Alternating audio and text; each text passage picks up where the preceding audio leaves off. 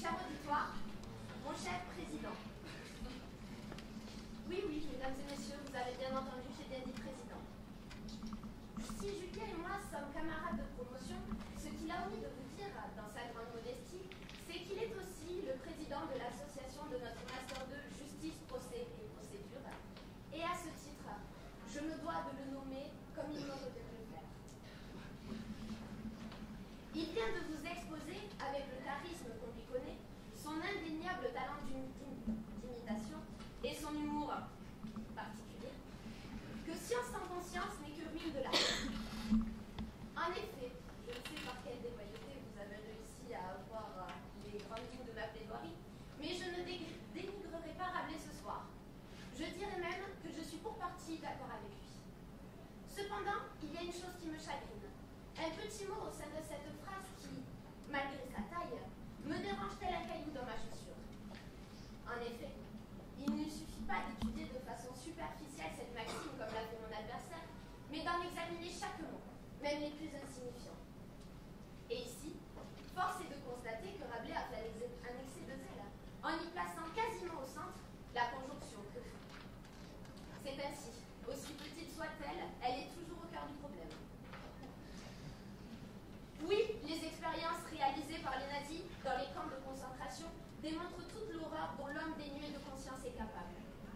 Oui, les scientifiques n'ont certainement pas fait appel à leur conscience lorsqu'ils ont créé la bombe atomique. Oui, c'est notre conscience qui aujourd'hui nous réveille et nous ouvre les yeux sur ce que l'on fait subir à notre chère planète et qu'elle nous rendra certainement un jour. Mais la question reste entière, mesdames et messieurs. La science sans la conscience n'est-elle purement et simplement que la ruine de l'âme? De mon point de vue, je pense que si l'on a placé un pont entre la science et la science de la conscience, c'est bien qu'elle n'était pas faite pour vivre en bonne intelligence constamment.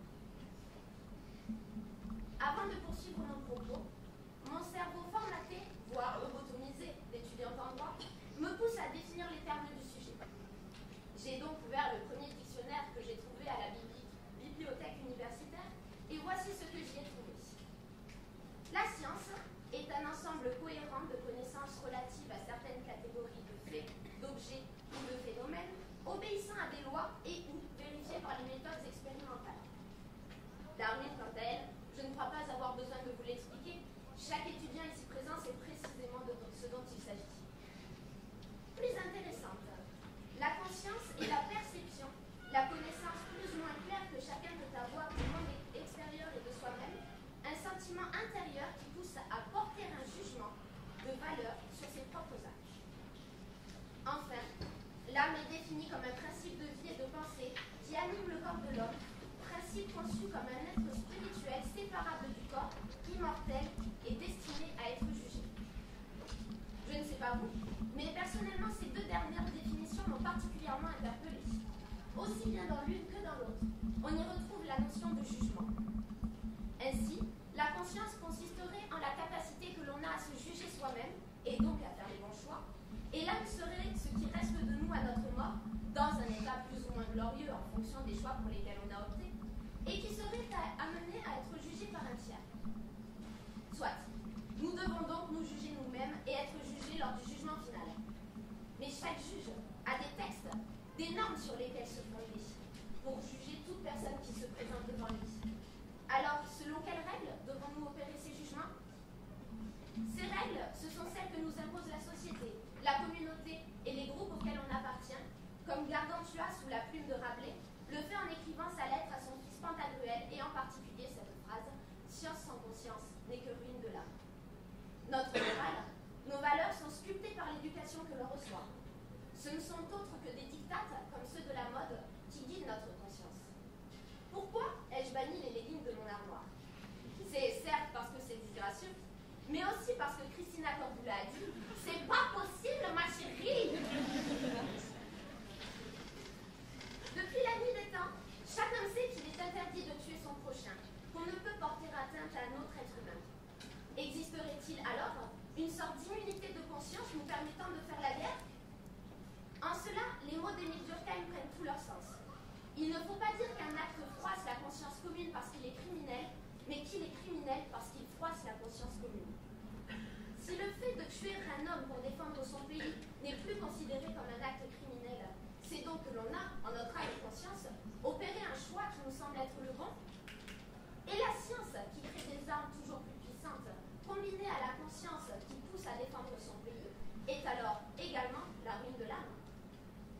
en fallait une, que l'on peut être un con sciemment.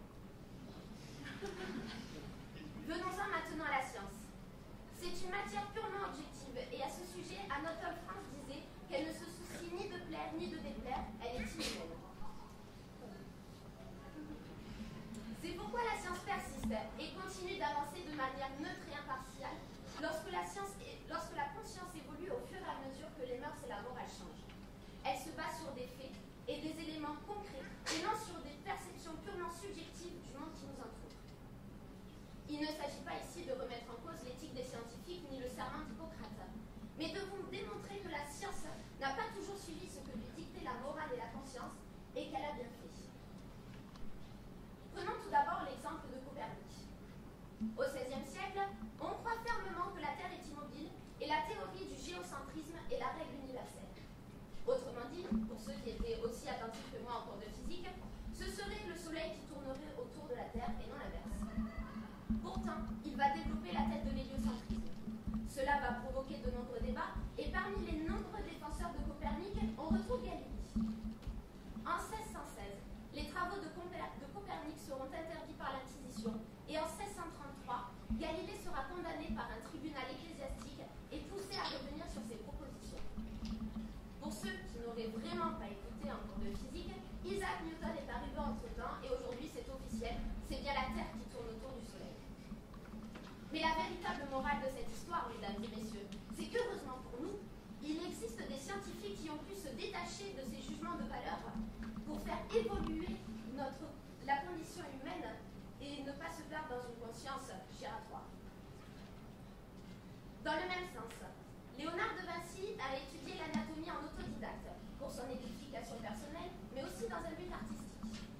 Il a disséqué de nombreux cadavres provenant d'un hôpital sans tenir compte des dogmes en cours et dans le secret le plus complet, car ses travaux étaient considérés eux aussi comme hérétiques.